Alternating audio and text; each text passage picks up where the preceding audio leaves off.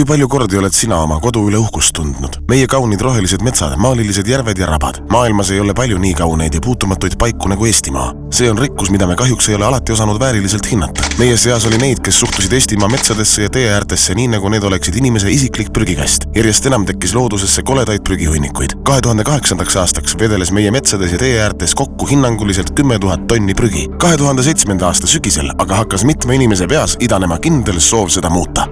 Teeme ära sündis niimoodi, et kõigepealt tuli minul selline mõte, et mis oleks, kui koristaks Eestimaa täiesti puhtaks. Ja kui me Raineriga kokku saime ja rääkisime enda plaanidest, et mida võiks ära teha, siis Rainer ütles, et stopp.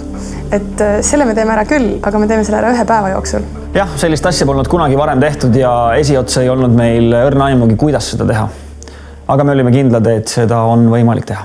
Sündinud idee sai nimeks Teeme ära 2008. Plaan oli lihtne, kutsuda kaasa 40 000 vabatahtlikku ja kogu Eestimaa looduses vedelev prügi üheskoos 3. mail ära koristada. Aga kuidas seda plaani teoks teha? Esimene samm oli moodustada meeskond Eesti parimate spetsialistidega. Ettevõtmise idee levis kiiresti inimeselt inimesele ja juba paari nädalaga kasvas algatusgrupp 70 liikmeliseks. Koristuspäevaks oli Teeme ära 2008 korraldusmeeskonnas aga juba 620 vabatahtlikku. Inimesed, keda me projekti kaasasime, olid oma ala tõelised professionaalid. Ja nad tegid seda sellepärast, et see oli neile oluline.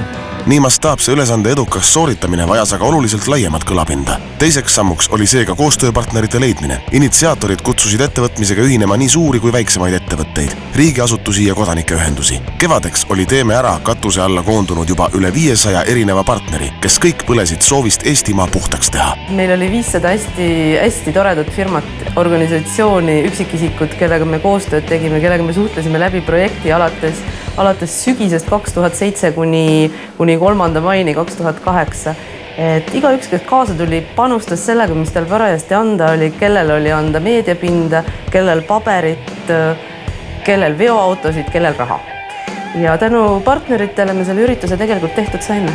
3. samm oli kindlaks määrata prügihunnikute asukohad, tüübid ja kogused. Selle info põhjal moodustati virtuaalne prügikaart. See ei olnud raske kokku kombineerida Google Earthi ja mitmeid muid tarkvaralisi juppe, mis on kõik vabalt saadaval. Ja lõpptulemusena sündis siis väga lahe tarkvara, kus inimesed said oma mobiiltelefoniga metsas ringi kõndides vajutada nuppule ja öelda, et siin kohas on nüüd prügihunnik ja kaadril läks automaatselt selle siis telefoni asukoht ja pilt, mida inimene samal ajal tegi, kõik toimus reaalajas. Väga lõbus oli kaardistamise nädalavahetusel istuda arvuti taga ja vaadata, kuidas need Eestit punktid muudkui tuli sinna kaardi peale.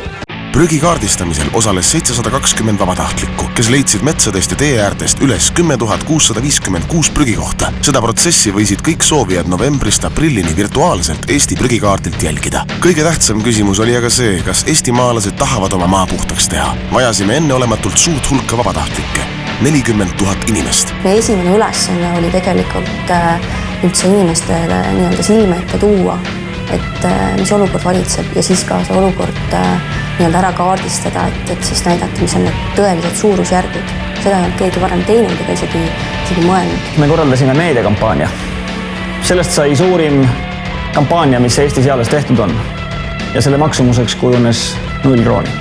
Paljud tuntud näitlejad, muusikud ja kultuuritegelased tulid appi inimesi üles kutsuma. Meediakanalid pakkusid tasuta reklaamipinnad. Kõige selle tulemusel sündis Eesti läbi aegade suurim teavituskampaania. Teeme ära oli ühtäkki kõikjal. 40 000 vabatahtliku tegevus nõudis organiseerimist. Inimestele paluti moodustada 3-15 liikmelised meeskonnad ja end Teeme ära kodulehel registreerida.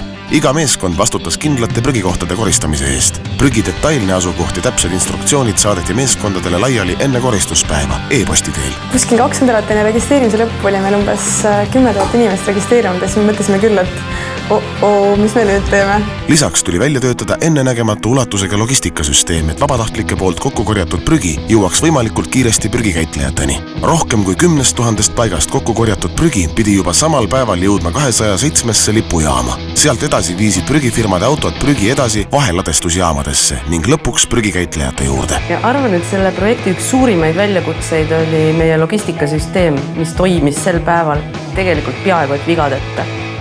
sel päeval said ka kõige võimatumana näivad unistused teoks. Ilusal laupäeva varahommikul 3. mail 2008 tuli rohkem kui 50 000 inimest oma kodudest välja, et üheskoos Eestimaa prügist puhtaks teha. Üle Eesti oli sel päeval liikumas hulganisti treileri ja väikehaagisega meeskondi, kes rohkem kui 10 000 erinevast paigast kokku korjatud prügi 207 lipujaama transportisid. Sealt võtsid teatepulga üle prügiveoautod, kes lipujaamadest prügi vaheladudesse transportima hakkasid. Lisaks eestimaalastele osalesid koristuspäeval ka ameeriklased, sakslased, rootslased, soomlased, hiinlased, prantslased ja jaapanlased. Enneolematult ambitsioonikale vabatahtlike üritusele tulid kaasa elama ajakirjanikud naabermaadest, kaugemalt Euroopast ja isegi Ameerikast. Uudis Eestimaa hiiglaslikust kevadpuhastusest levis kogu maailmas. 5 tunni jooksul korjasid vabatahtlikud Eestimaa metsadest ja teeäärtest kokku üle 10 000 tonni rämpsu. See on sama palju kui 2 olümpiahotelli suurust hiigelmäge.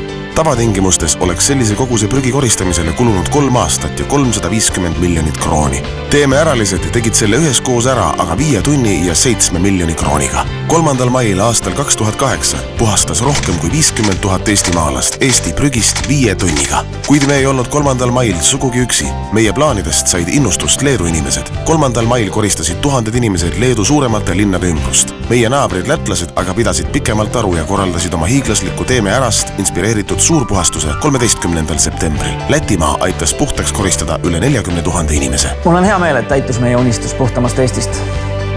Aitäh teile kõigile. Mis saab edasi?